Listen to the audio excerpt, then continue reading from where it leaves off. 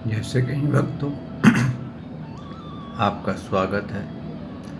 आज हम 12वां स्कंद यानी कि द्वादश स्कंद जो भागवत महापुराण का पूर्ण विश्राम तो हम कल कर चुके हैं। इसके आगे द्वादश स्कंद जो है, इसमें उनके लिए है जो विस्तार से इस ज्ञान को नहीं समझ पाए जो भागवत महापुराण में गाया गया है। उनको संक्षेप में पुनः इस द्वादश स्कंद के माध्यम से ज्ञान बताया है सूत जी ने और सुखदेव जी ने। और इसको भी अगर आप ध्यान से सुन लेंगे तो भी कहते हैं आप ये समझे कि आपने पूरे भागवत का फल सेवन करने का पा लिया है। आइए भक्तों, इस द्वादश स्कंद को आरंभ करते हैं। वसुदेवं सुतं देवं कंसचाणूरमर्दनं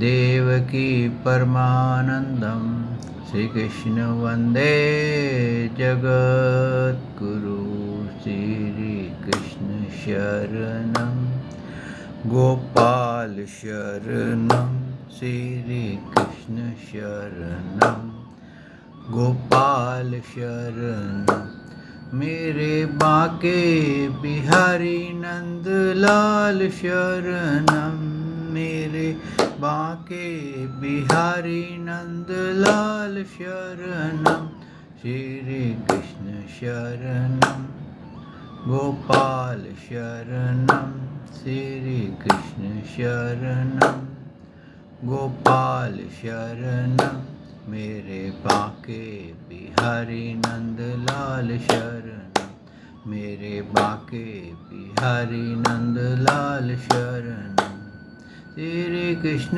शरणं गोपाल शरणं श्री कृष्ण शरणं गोपाल शरणं मेरे बाके बिहारी नंदलाल शरणं मेरे बाके बिहारी नंदलाल शरणं श्री कृष्ण शरणं गोपाल शरणं श्री कृष्ण शरणं गोपाल शरणं मेरे बाके बिहारी नंदलाल शरणं मेरे बाके बिहारी नंदलाल शरणं।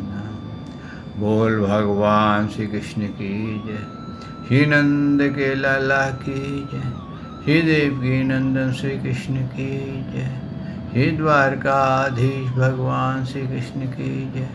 बोल देवादिदेव पूर्ण ब्रह्म भगवान श्री कृष्ण की सदा ही जय। जय श्री कृष्ण भक्तों।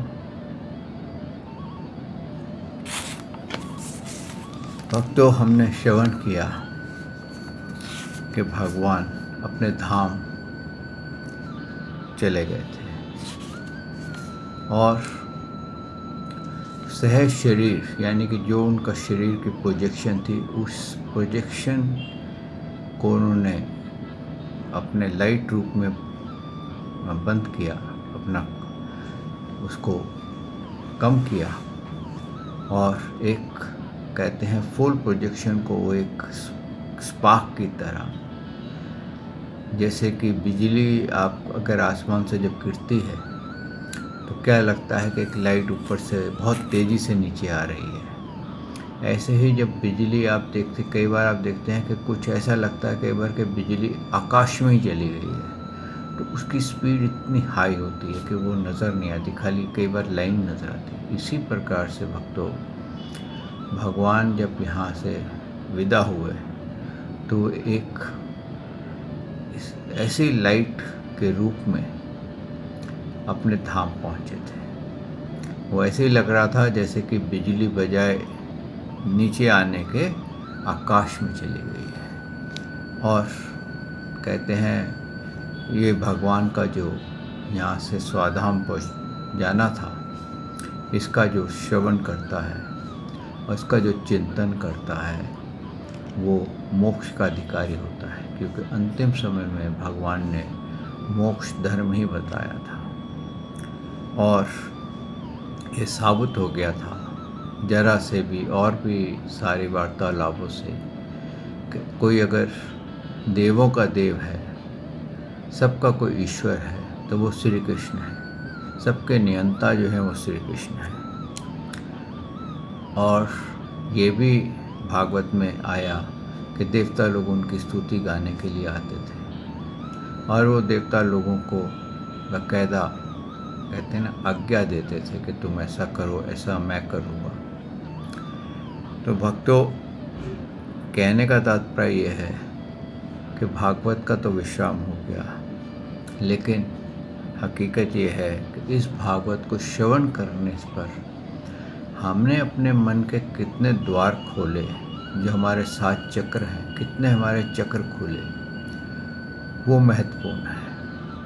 और ये भागवत को आप जितनी बार श्रवण करेंगे, जितनी बार ये अपलोड्स देखेंगे ना, आपको एक नया रिलैक्स मिलेगा, नया आपका प्रॉब्लम सॉल्व होगी। आप ये मत समझिए कि एक बार मैंने पढ़ लिया, एक बार मैंने अपलोड देख लिए तो मेरे को सब समझ में आ गया। भक्तों, ये जो शरीर है, इसकी डेवलपमेंट भगवान करते हैं। आप देखिए, बचपन से शरीर जब डेवलप होता है, उसका आपसे ये नहीं पूछता कि मैं श्वास लूँ, आप हृदय धड़कता है, वो ये नहीं पूछता मैं धड़कूँ। बॉडी अपने आप डेवलप होती है, बच्चा अपने आप खेल कूद करके अपने शरीर को हुष्ट पुष्ट कर लेता है और शरीर बढ़ने लगता है। लेकिन भगवान ने एक वस्तु को मानव के हाथ में दे दी है और वो वस्तु है बुद्धि। बुद्धि का विकास मानव स्वयं करता है। अगर वो बचपन से लेकर के खेल कूद में ही लगा रहता है और वो विकास नहीं होता, उसके माँ बाप उसका चिंतन नहीं करते हैं, तो आप क्या देखते हैं कि बच्चे डफर्स हो जाते हैं। मानव ऐसे होते हैं जैसे कि पशु पक्षी होते हैं, पशुओं की तरह रहते हैं। लेकिन जिनका ब्रेन डेवलप हो जाता है, जिनकी बुद्धि में विवेक आ जाता है, क्योंकि सबसे पहले हमारी बुद्धि में विवेक आता है, फिर हमारे को वैराग्य आता है, उससे पहले हमारे अंदर भक्ति आती है, भक्ति के साथ ज्ञान आता है, ज्ञान के बाद विवेक आता है और विवेक के बाद वैराग्य आता है।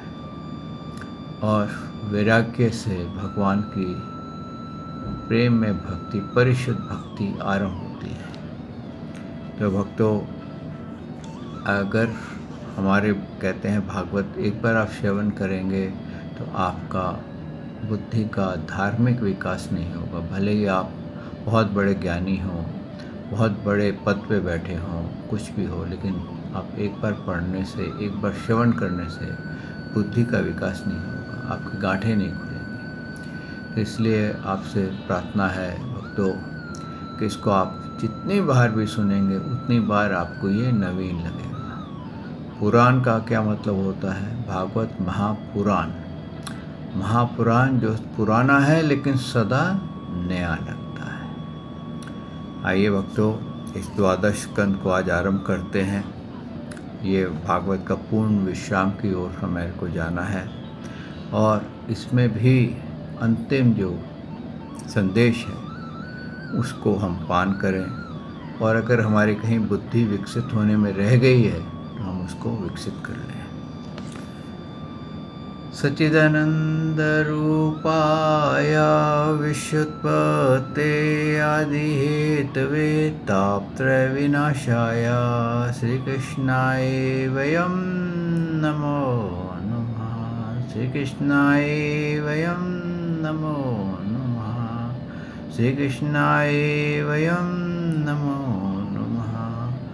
श्री कृष्णाय वयं नमो। बोल देवादिदेव पूर्ण ब्रह्म भगवान श्री कृष्ण की सदा ही जय। भक्तों, इस 12 स्कंद का आरंभ सुखदेव जी ने जो राजा लोग हुए थे, पांडवों के बाद जितने भी राजा हुए थे और जितने होने वाले हैं, उनका वर्णन किया है। उसके बाद उन्होंने कलयुग के दोषों का एवं कली का वर्णन किया है। यहाँ पर क्या है, सुखदेव जी ने बोले, राजन, फिर काल के प्रभाव से सत्य, धर्म, शौच, क्षमा, दया, आयु, बल और स्मृति का नाश होता चला जाएगा। जैसे जैसे भक्तों ये कलयुग बढ़ेगा, आप देखिए आजकल क्या है, सब झूठ पे चल रहा है, यहाँ तक कि धर्म भी झूठे से चल रहे हैं। जो सच्चे धर्म हैं वो अलोप होते जा रहे हैं, और शौच, क्षमा लोगों में है नहीं। छोटे छोटे बालक सुसाइड कर रहे हैं क्योंकि वो अपना धैर्य खो चुके हैं। और आयु जो थी, देखिए पहले जब सतयुग होता था तो 1,00,000 वर्ष की आयु होती थी, फिर त्रेता आया तो 10,000 वर्ष की हुई, द्वापर आया तो 1,000 वर्ष की हुई, कलयुग आया तो 100 वर्ष की गिनते हैं, लेकिन 100 वर्ष की आयु कहाँ है भक्तों। हिंदुस्तान में ज़्यादा से ज़्यादा 70 या 60-70 के आसपास एवरेज लाइफ को भी नहीं गिना जाता है। तो इस तरह से भक्तों ये लाइफ हमारी समाप्त होती जा रही है, कम होती जा रही है। यही कलयुग का प्रभाव है।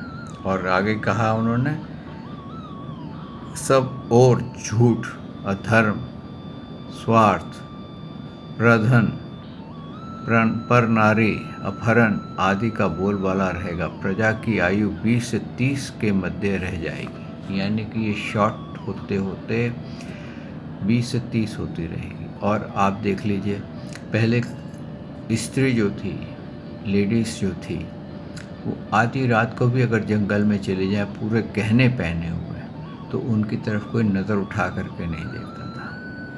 और आजकल आप देखिए कितने रेप केसेस हो रहे हैं, बच्चों के साथ रेप हो रहे हैं, औरों की तो बात ही छोड़ दीजिए। कई बार केसेस आते हैं टीवी पे, इस पे कि 3-4 साल की बच्ची को रेप कर दिया गया। तो भक्तों ये सब कलयुग के वो है, धर्म आप बोलो, कलयुग के गुण बोलो, ये सब कलयुग के गुण हैं। तो इसलिए आपको चंबे में नहीं पड़ना चाहिए। और क्या हो रहा है, देखिए आयु कम हो रही है। अब कोरोना काल है, कितने जवान मर रहे हैं, कितने क्या मर रहे हैं, और कितनी तरह की ऐसी बीमारियां आ गई हैं कि किसी को समझ में नहीं आ रहा है कि ये बीमारी का इलाज क्या है। और उसका अंत ये है कि आयु कम होती जा रही है।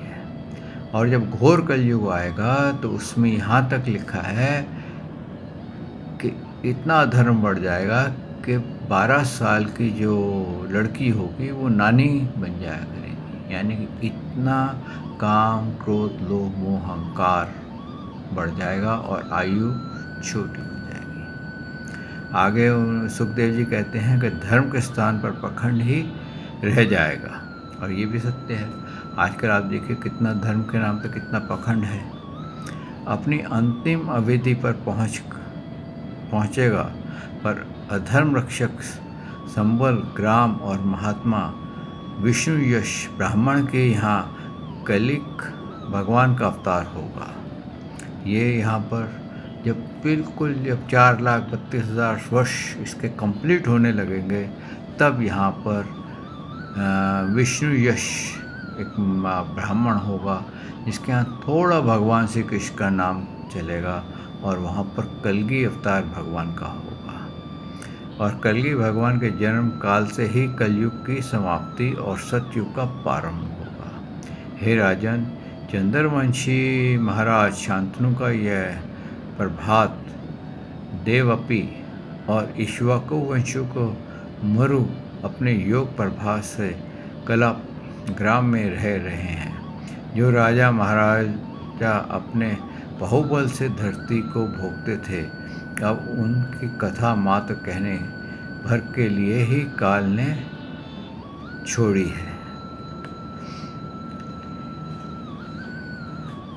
अब देखिए जितने भी राजा महाराजा थे, जितने भी कथाएं थे, भगवान यहाँ पर क्या कहा है उन्होंने कि उसका काल जो है वो सिर्फ एक कहानी बन के रह जाएगा, लेकिन उस पर कोई बिलीव नहीं करेगा।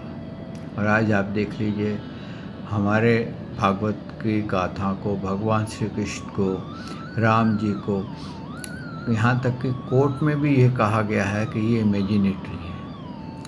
जब राम जन्मभूमि का केस चल रहा था तो उसमें भी ये कहा गया था एफिडेविट में कि ये इमेजिनेटरी है। तो इस तरह से भक्तों क्या है, अधर्म चरम सीमा पे।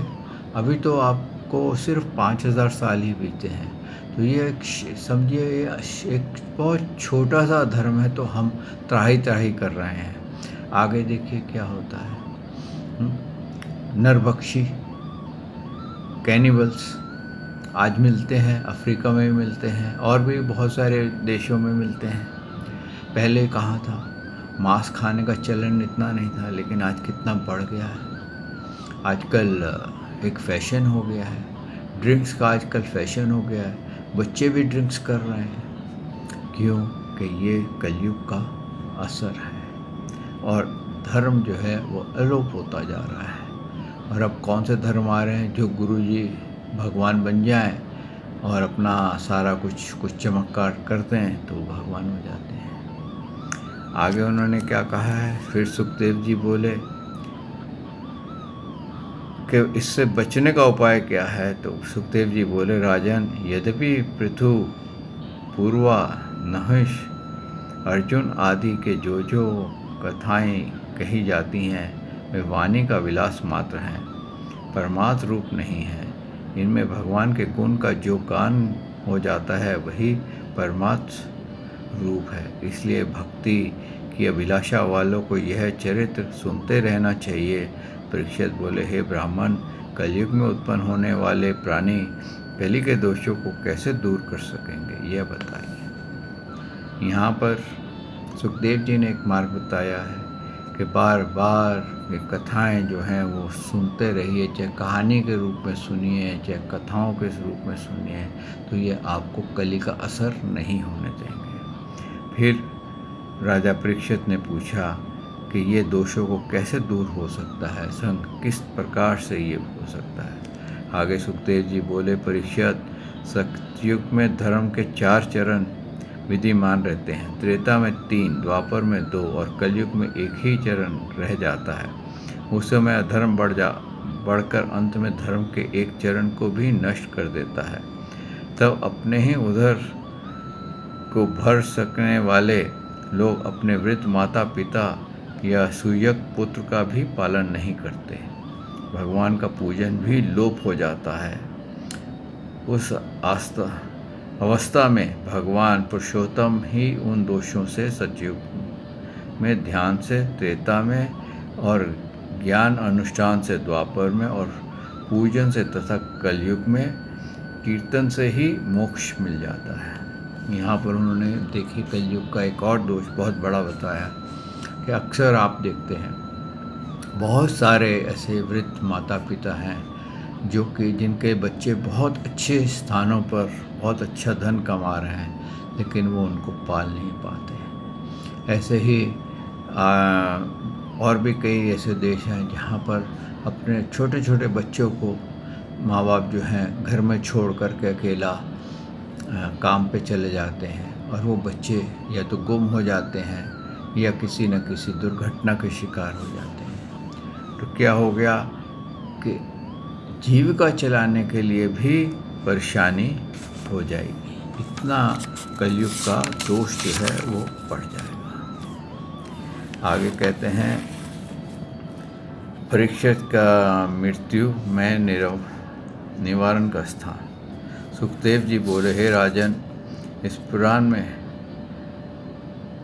विश्वात्मा भगवान का ही वर्णन है, जिसके रजोगुण से ब्रह्मा और तमोगुण से रुद्र उत्पन्न हुए। तुम अपने मरण भाव की भली वाली बुद्धि को त्याग दो, क्योंकि तुम्हारा ना तो जन्म देखे जाने के समान ही जगत त्वस्त है मैं अपने शरीर का मरण दिखाई देता है।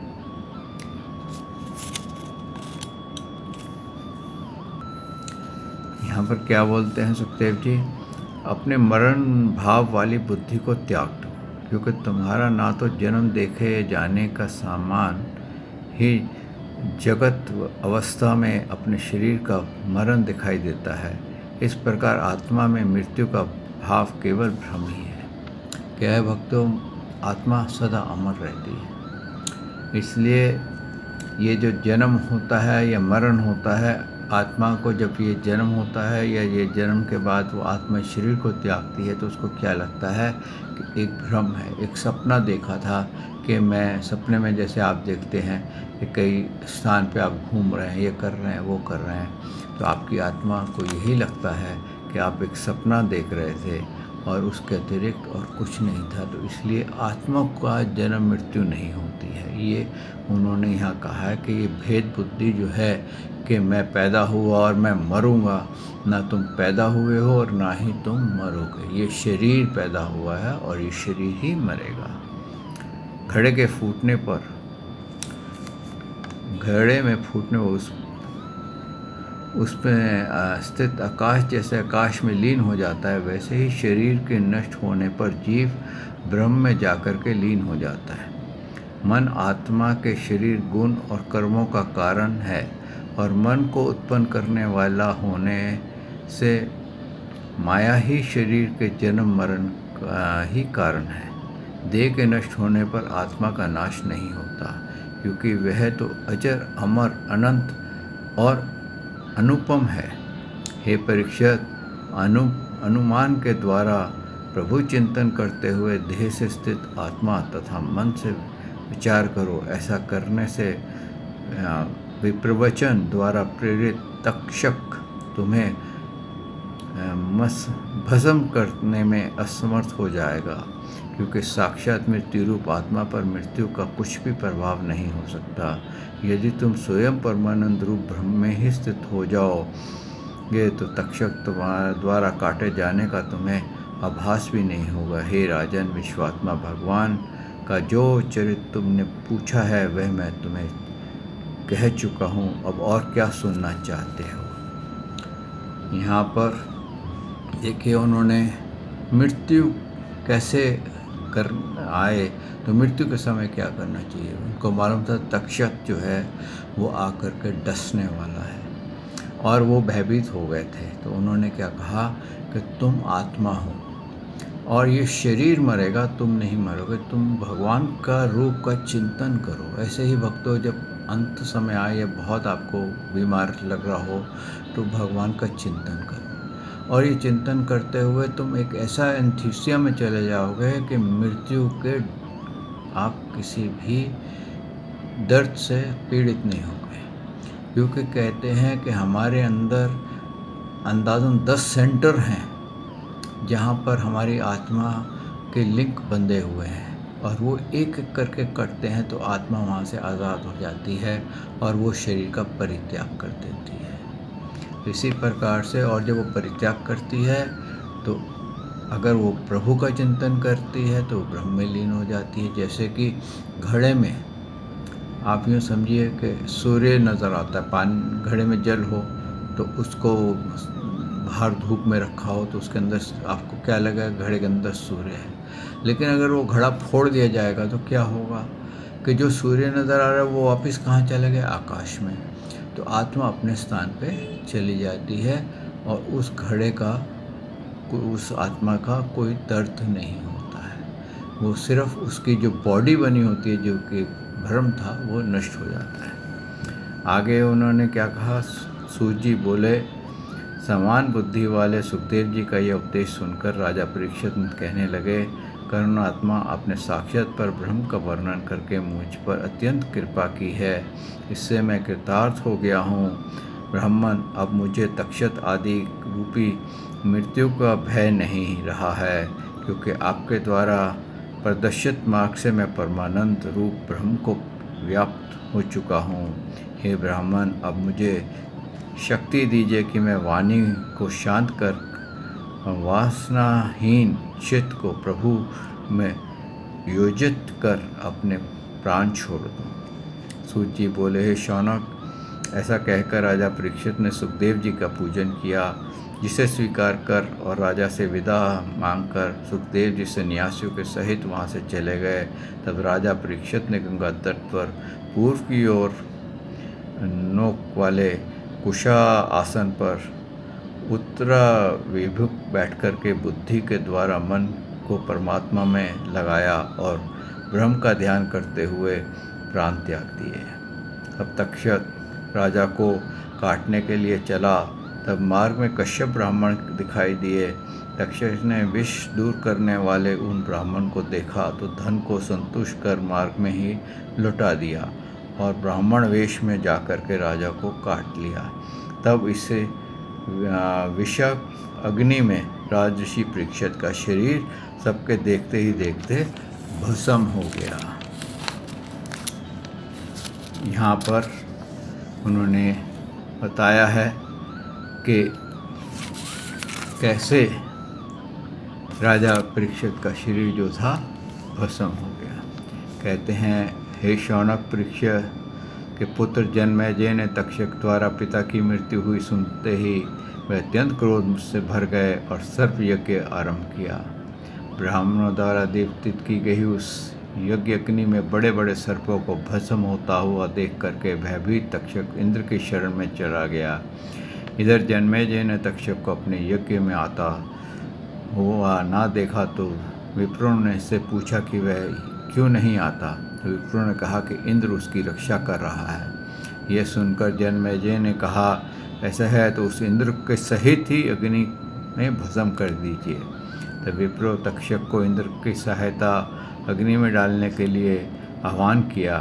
फिर क्या था, तक्षक सहित इंद्र अपने स्थान से उठ चले। बृहस्पति ने व्याकुल हुए इंद्र को तक्षक सहित आकाश से गिरते हुए देखा। तब जन्मेजय से बोले, हे राजन, सर्पयज्ञ तक्षक अमृत पान के कारण अजर अमर है, इसलिए आपके द्वारा वध के योग्य नहीं है। प्राणियों का जीवन मरण और परलोक उनके कर्मों के अनुसार होता है, उसमें कोई अन्य हेतु नहीं हो सकता। हेतुवत आप इस अहिंसा को यज्ञ को यहीं समाप्त कर दीजिए। देखिए जन्मेजय ने, देखिए उस समय क्या पावर थी कि इसको इतना क्रोध आया, इसने सारे सर्पों को हवन कुंड में डलवा दिया बुला बुला करके मंत्र। और वो जो तक्षक था वो इंद्र देवता के सिंहासन से लिपट गया था कि इंद्र को तो कोई नहीं हिला सकता। लेकिन हमारी साइंस देखिए कितनी तेज थी उस समय कि इंद्र सहित वो तक्षक को भी नीचे ले आए।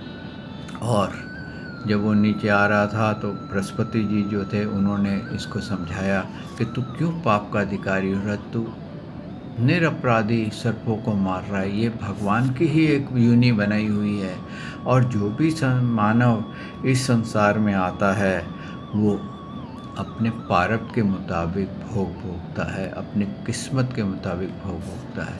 अपने जो संचित कर्म है भक्तों, हम उसी को भोगते हैं। कहते हैं संचित कर्म क्या है, आपका एक इकट्ठा किया हुआ जो आपकी एफडीज बनी हुई हैं उसका इंटरेस्ट जो आता है उसको संचित कर्म प्रारब्ध बोला गया है।